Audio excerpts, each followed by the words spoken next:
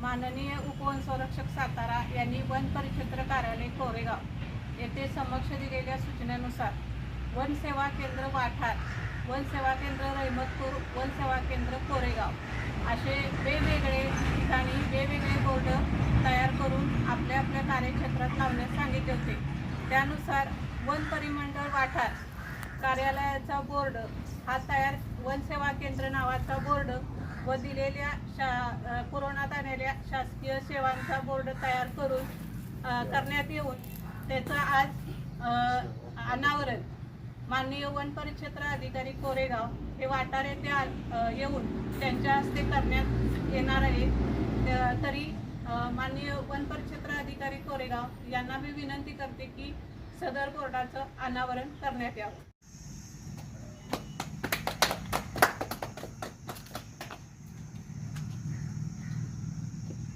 सदर वन सेवा केंद्र या बोर्डमध्ये वन परिमंडळ वाठारमध्ये कार्यरत असणारे जी नियक्षेत्र आहे त्या नियक्षेत्रातील वन गावे आणि वनेतर गावे ज्यामध्ये आपल्या शासकीय सेवांचा लाभ आपण देणार आहोत त्या समावेश करण्यात आला आहे, जेणेकरून इथं येणारे जे लोक आहेत त्या गावातली त्यांना त्या गावातील संपर्क साधून ती लोक आपल्याशी त्याला लाभ घेण्यास पात्र होऊ शकतील।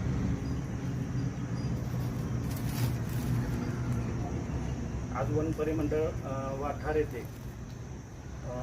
वन सेवा केंद्र उद्घाटन झालेलं आहे।